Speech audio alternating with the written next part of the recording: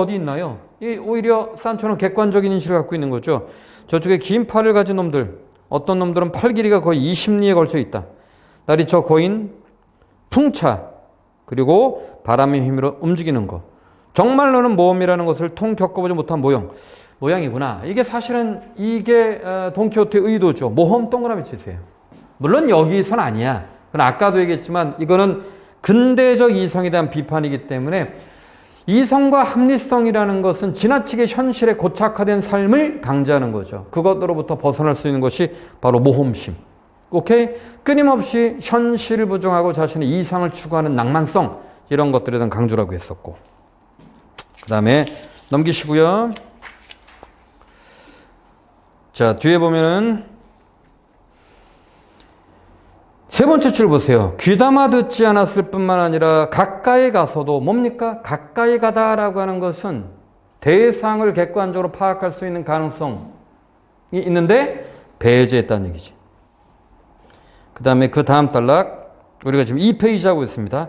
이 비겁하고 형편없는 놈들. 여기 기사 한 명이 너희들과 맞서려고 하니까 아예 도망갈 생각은 하지 말아라. 이때 마침 바람이 불어 풍차 날개들이 움직이기 시작했고 돈키호테는 이것을 보자 다시 소리 질렀다. 자, 풍차 날개 움직였죠. 두 번째, 객관적인 풍차 날개가 움직이는 상황을 객관적으로 인식했어야 되는데 역시 그것도 거인이라고 잘못 판단한 거지. 맨 마지막 어떻게 됩니까? 밑에 두 번째 줄. 세찬 바람이 일어나 날개를 돌리는 통에 창은 그만 산산조각 났고 말과 기수는 공중으로 솟았다 땅으로 떨어져 단초가 당나귀를 전속력으로 몰아 주인을 구하려고 달려가 보니 처참하게 쓰러져 있었다. 우리 고령의 돈키호테 큰일 나죠. 이렇게 되면 현실적으로 이렇게 되면은 거의 회복 불가능한데 어쨌든 이건 죽음으로써 모험이잖아. 긍정적으로 본다면. 모험이라는 건 언제나 희생이라는 것이 전제될 수밖에 없겠죠. 근데 지금 여기는 그렇게 쓰는 건 아니야. 자, 그 다음에 다번 봅니다. 이쪽에 한 여자 있으되 일신이 몸이 병신이다. 나이 40이 되도록 출가하지 못했고 그저 처녀로 있으니 옥비농안이 절로 늙어가고 설분 화형이 공연히 없어지니 서름이 골소에 맺히고 분함이 심중에 가득하여 미칠 듯 취할 듯 좌불안석 세월을 보내더니 자, 이제 여기부터 시작입니다. 내 비록 병신. 병신 동그라미 자기를 객관화한 거죠. 내 얼굴 얼따 말아라. 마설군 구멍 슬기 들고 내 얼굴 검담아서 분칠하면 이게 다 뭡니까? 자기에 대한 재평가야. 한편 눈이 멀었으나 한편 눈은 밝아 있고 정말 자기에 대한 긍정적 사고죠. 바늘귀를 능히 꿰며 버선벌을 못 박으며 귀먹 나물 하나 크게 하면 알아듣고 천둥소리 능히 듣고 오른손으로 밥 먹으니 왼손하여 무엇할 거 한편 다리 병신이나 뒷간 출입 능히 하고 콧구멍에 맹맥 하나 냄새는 쉽게만. 근데 이 양반은 정말 대단한 낙관이죠. 입술이 풀기는 연지빛을 발라보세 엉덩뼈가 너르기는 해산자랄 본복이고 가슴이 뒤앉기는 진일 자랄 기골이고 내 얼굴 볼짝시면 비록 곱진 아니하나. 여기부터는 뭡니까? 이제 재평가를 위한 적극적 실천이 있죠. 1등 수모. 뭡니까? 홀례 신부의 단장 도와준 여성이라고 되어 있죠. 부르고 그 다음에 남이라고 맞은 서방 난들 설마 못 맞을까? 대체로 생각하면 내가 결단 못할 son가 부모 동생 믿었다가 서방 맞기 지난하고 오늘 밤이 어서 가고 내일 아침 돌아오면 중매파 밑줄 치세요. 이거 뭡니까? 적극적 자기에 대한 재평가를 위해서 구체적 실천을 추구하는 거죠.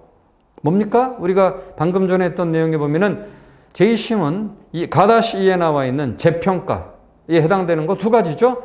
자기 자신의 문제를 극복하려고 하는 것, 그 다음에 사람들의 자기 자신에 대한 인식을 변화시키겠다는 의도가 이 안에 있는 거야.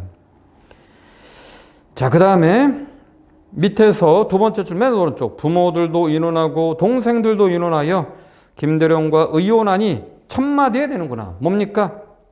의논한다는 건 아까 뭐라고 했습니까? 자기를 객관적으로 인식하기 위해서 다른 사람의 자신에 대한 평가를 수용하겠다는 의도가 이 안에 들어있다. 이렇게 얘기했잖아. 맞아? 오케이. 자, 이거 방향성 얘기해 줬습니다. 오케이. 그 다음에,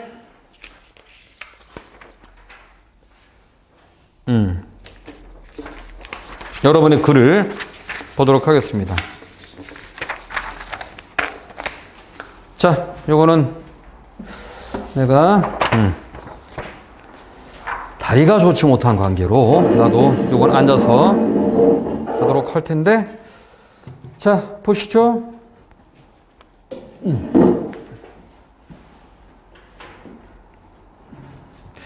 잠깐만, 이걸 줌으로 한번 해볼까? 줌으로 하면 좀,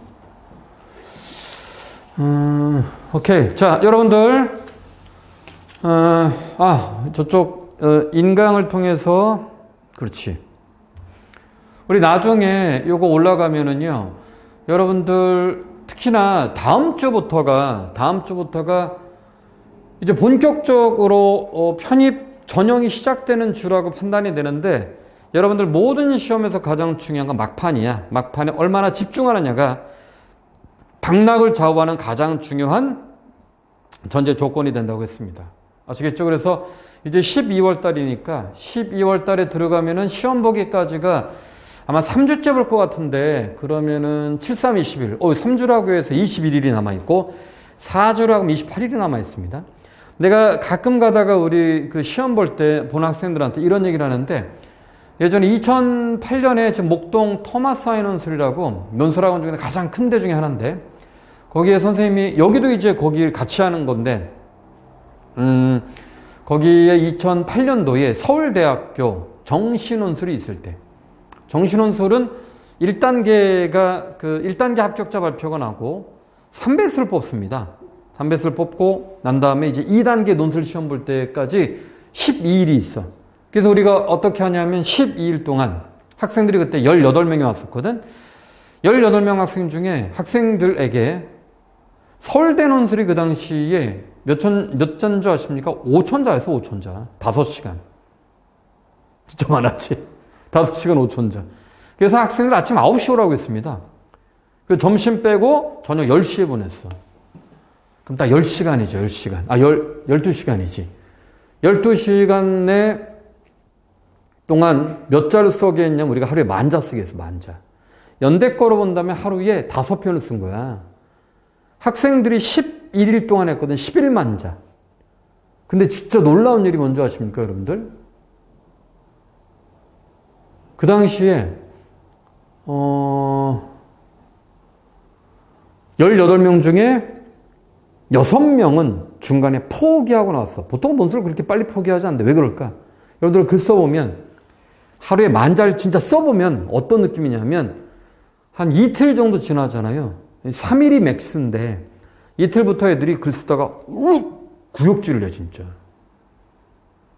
화장실에 뛰어가 구역질 나서 글 쓰다가. 공부를 이빠이 할 때 공부 집중하면 구역질 날 때가 있잖아. 그런 건데, 야, 공부는 일반적인 수능은 보는 거잖아요. 이건 내가 쓰는 거잖아. 학생들이 그래서 3일인가 4일 동안에 6명이 나갔어. 도저히 못하겠다고. 사실 그건 인간이 할 짓은 아니죠. 근데 우리가 학생들 속였거든. 어떻게 속였냐면, 야, 전년도에도 너네들 선배들 다 썼다. 하루에 10,000자 누구나 다 쓴다.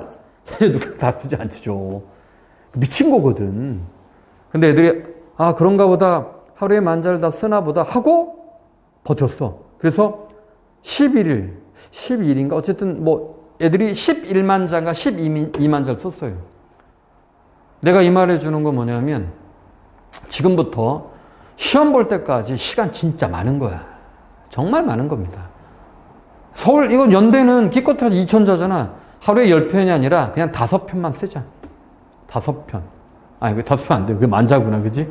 하루에 2편만 써도 2편? 그 5일이면은요, 10편입니다. 근데 우리가, 아까도 얘기했지만은 대략 21일, 28일 남았잖아. 하루에 한 편만 써도 20편을 쓰는 거야. 맞죠? 그지? 그래서 모든 시험은 막판이 중요합니다. 막판에 얼마나 집중하느냐에 따라 가지고 당락이 좌우된다. 라는 거 잊지 말아라. 그것 때문에 요 얘기를 한 거고. 아시겠죠? 오케이. 자, 첫 번째 학생 거 봅니다.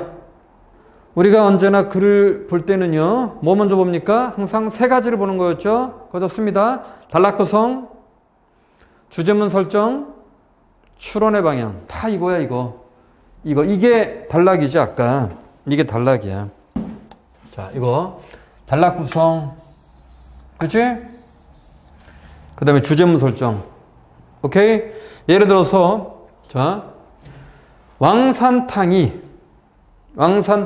느끼는 명예는 일의 관점에서 볼 때 사회적인 명예이다. 오케이? 그 사회적인 명예란 자기 자신이 생각하는 자신의 정체성이 타인의 인식에 의해 부여된 정체성이라고 규정하기 때문이다. 오케이? 이때 이 사람이 중요하게 생각하는 것은 타인들에게 비춰진 자기 자신의 이미지야. 그 분석까지 들어가야지. 맞아요? 오케이. 그래서 다시 우리가 이런 논설문을 쓸 때는 단락 구성, 그 다음에 주제문 설정, 추론의 방향 이 세 가지라고 했습니다. 오케이? 자, 지금부터 첫 번째 학생 거, 경호 학생 거 체크 해봅니다. 체크.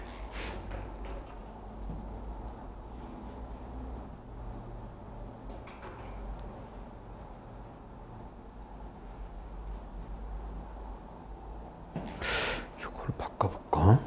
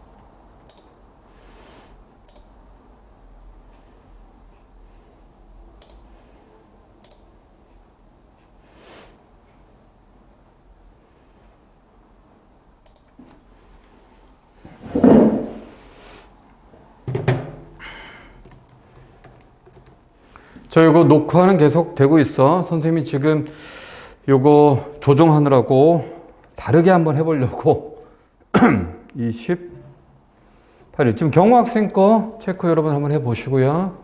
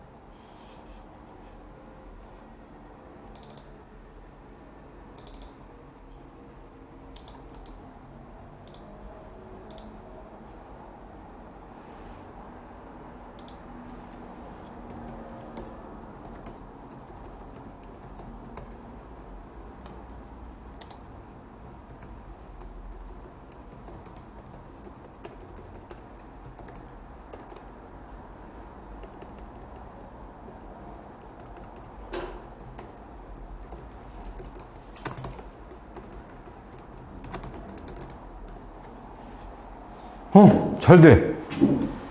잘 된다. 아씨, 고쳤다. 자, 고쳤습니다.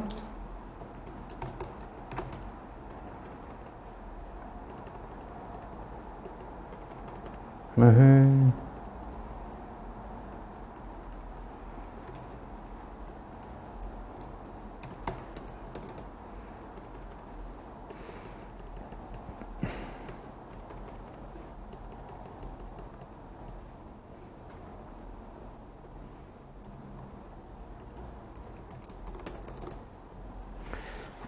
오케이. 이거 잘 되네. 됐어. 왜 그랬을까, 아까는? 자, 첫 번째, 경호학생 거. 아성 잘 보이지? 내가 이제 알았어. 요거, 이 라인을, 다른 것 때문에 길게 했다가 라인을 줄였더니만 된다. 이게 왜 이러지? 잘 모르겠지만. 자, 보시죠. 첫 번째 경호학생 거. 이래서 명예는 주관적인 규정이다. 이는 명예의 인식이 상대적임을 뜻한다. 오케이. 잘 잡았죠? 오케이. 잘 나오죠? 이러한 인식은 개인마다 가지고 있는 개별적인 기준을 바탕으로 형성된 인격에서 비롯된 것이다. 인격은 개인적이고 자의적 정체성을 바탕으로 형성되기 때문에 저마다 상이한 차이를 가진다. 이러한 차이가 서로 다른 명예의 범주를 형성, 인간관계 속에서 명예훼손과 같은 갈등 상황을 야기하는 동인이 된다. 오케이. 이때의 갈등은 서로의 명예가 존중되어야만 비로소 자신의 명예가 침해되었을 때 회복이 가능하다. 이때 명예 회복이 타인의 유기적이고 암묵적 신뢰를 기반으로 한다는 걸 의미하고 이런 신뢰가 명예 회복을 가능케 하는 것이다. 또한 명예의 회복에서 개인의 독자성 또한 큰 요인으로 작동하는데 이러한 독자성은 개인에게 내재된 독자적 이상적 기준, 그렇죠?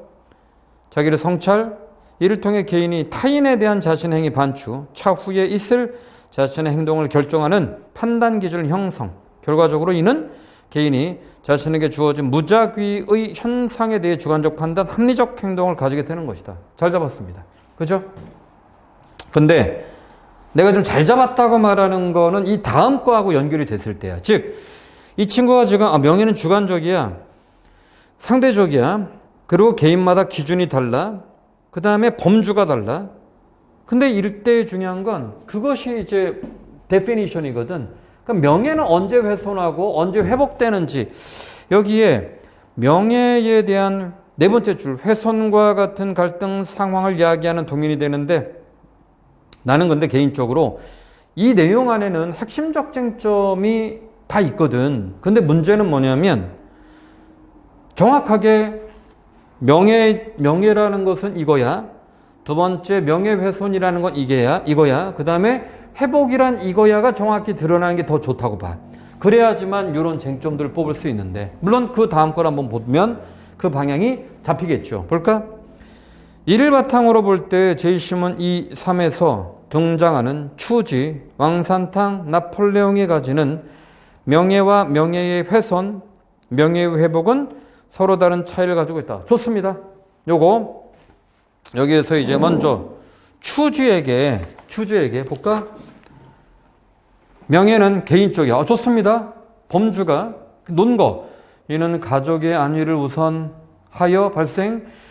여기서 안위, 가족의 신체적 안위는 가족의 신체적 정신적 안정을 뜻하는데 추지의 명예가 훼손된 것은 자신의 언행으로 인해 남편의 신체적 손상을 입으면서 결과적으로 안위가 흔들린 것이다. 이때 추지의 명예 회복은 가족이 받은 비인격적 대우에 대한 물질적 보상을 받은 것인데 근데 보세요.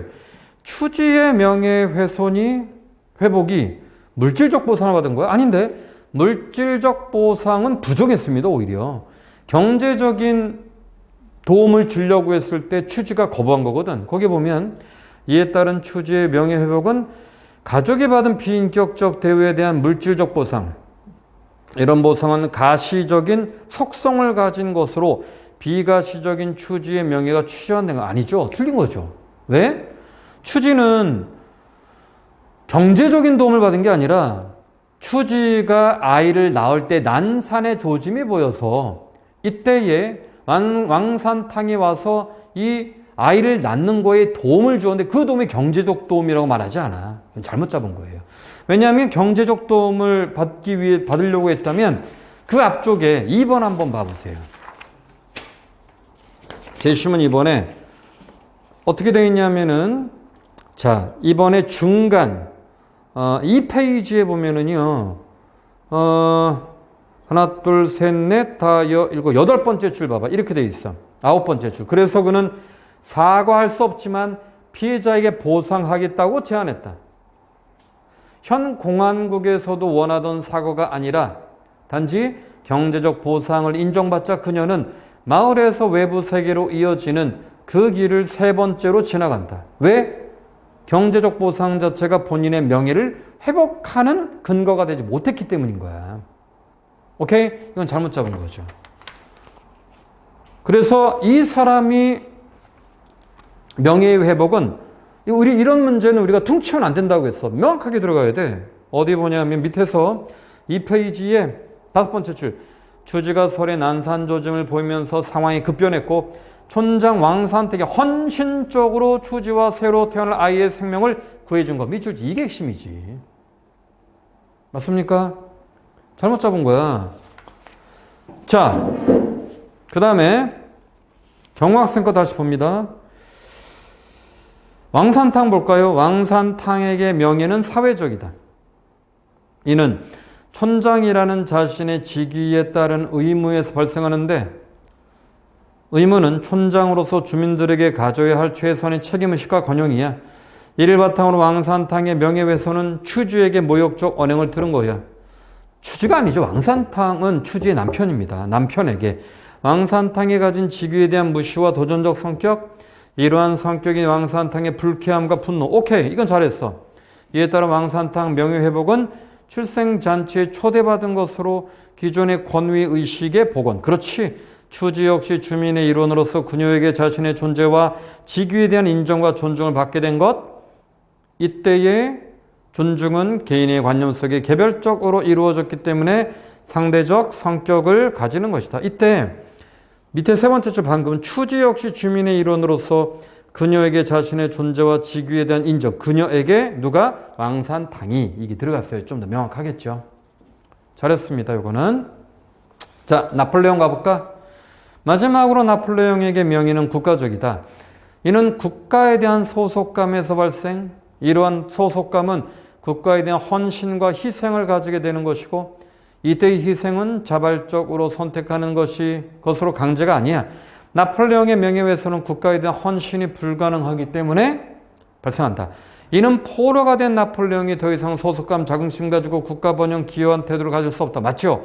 이에 따른 나폴레옹의 명예회복은 스스로 전투 준비를 하여 결과적 국가를 위해 자발적 행동을 실천할 수 있게 된 것이다. 오케이. 이는 나폴레옹이 활력을 되찾고 본인의 기존 신념에 따른 판단을 가지게 하기 때문에 주체적 성격을 가진다. 잘 잡았지? 이렇게 하는 게 맞아.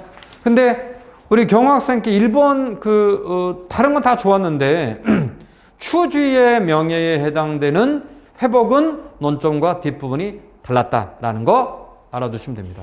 오케이? 넘기세요. 자, 우리 준식 학생 거 체크. 준식 학생은 내가 지금 다시 확인됐나 모르겠네. 체크.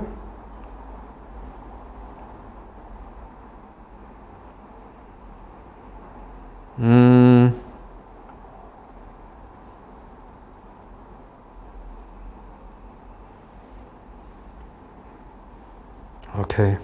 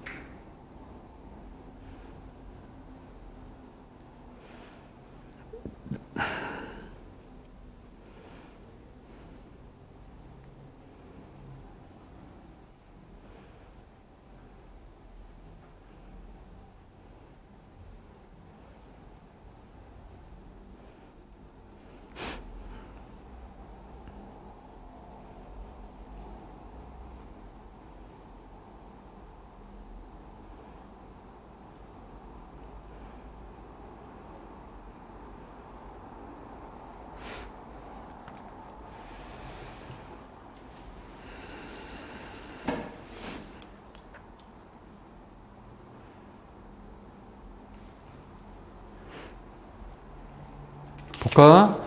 명예는 본인의 관념에 의한 인정. 여기 좋아. 주관적. 이거 좋아. 따라서 명예의 구성 내용은 자의적이고 개별적이야. 이러한 성질에 의해 명예의 범주 역시 다양해. 좋습니다. 개인은 자신의 규정한 명예와 스스로를 동일시하므로 명예의 손상은 곧 인격의 손상이라고 이야기합니다.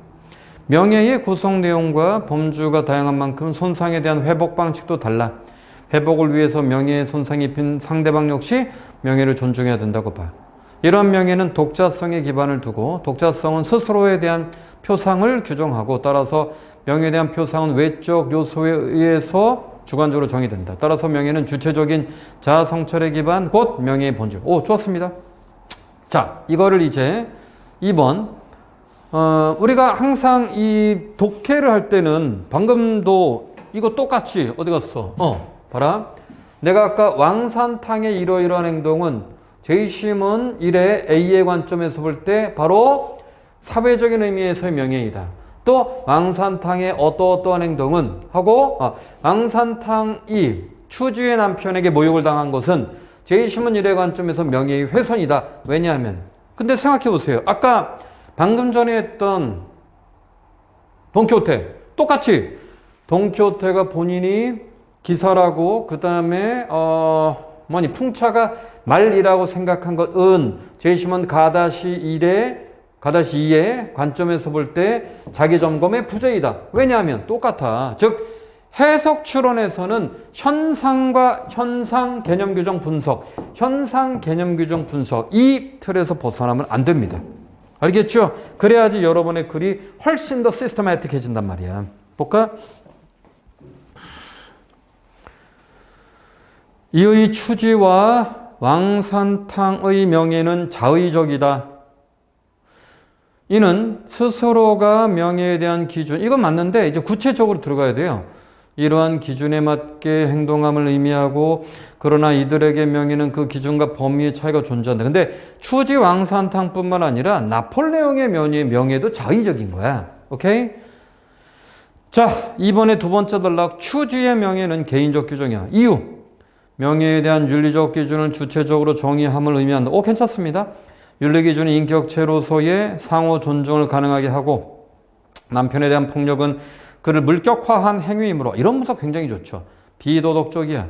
따라서 추지는 명예의 손상을 입는다. 좋습니다. 그러니까 명예라는 거에 대한 범위와 왜 명예의 손상을 입는지에 대한 분석이 잘 들어가 있죠. 이러한 상황에서 추지는 금전적 보상 대신 사과를 요구하고 이는 회복의 방식 역시 내적 기준. 잘했어. 개인의 행동의 방향성을 제시하고 왕산탕의 난산에 대한 조력은 추주에게 있어 도덕 기준에 합치하는 행위이므로 명예손상의 내용과 회복의 내용 다름에도 불구하고 왕산탕 용서. 굉장히 잘한 겁니다. 맞습니까? 딱 핵심적인 것만 있잖아, 지금. 2번, 그 밑에 거. 왕산탕의 명예는 사회적 규정이다. 좋죠? 이렇게 주제문을 딱 범주를 잡아줘야 돼. 이는 본인의 명예나 권위나 평판에 의해 명예를 정의한다.